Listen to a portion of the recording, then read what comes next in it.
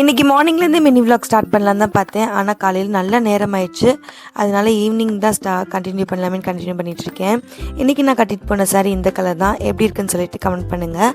அப்புறம் ஈவினிங் நானும் அம்மாவும் தான் சேர்ந்து வந்தோம்.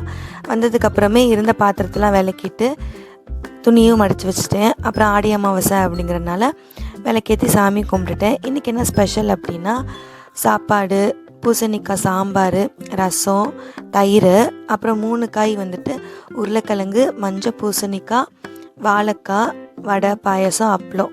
இதெல்லாம் தான் என்னோட ஸ்பெஷலு. காலையில் எடுக்கலான்னு தான் பார்த்தேன். ஆனால் வந்துட்டு டைம் ஆயிடுச்சு அப்படிங்கிறனால அதெல்லாம் எடுக்க முடியல. அப்புறம் ஈவினிங் வந்துட்டு தம்பி வந்துட்டு ஸ்கூலில் ஃபோட்டோ கேட்டாங்க அப்படின்னு சொல்லிட்டு நானும் தம்பியும் கிளம்பி ஃபோட்டோ எடுக்க கிளம்பிட்டோம். அங்கே போய்ட்டு ஃபோட்டோ ஸ்டுடியோஸில் போய் தம்பி ஃபோட்டோ எடுத்தான். அதுக்கப்புறமேட்டு இந்த கோவில் ரொம்ப அழகாக இருந்தது. அதனால் அதை கொஞ்சம் கேப்சர் பண்ணேன். வீட்டுக்கு வந்தோடனே அவனோட ஃபோட்டோ பாருங்களேன் எப்படி வந்திருக்குன்னு. சின்ன குழந்தையாக பார்த்தது இப்போ எவ்வளோ பெரிய ஆளாயிட்டான். அப்புறம் வீட்டுக்கு வந்ததுக்கப்புறம் சட்னிக்கு வதக்கி வச்சுட்டு சட்னி அரைச்சி முடிச்சிட்டேன்.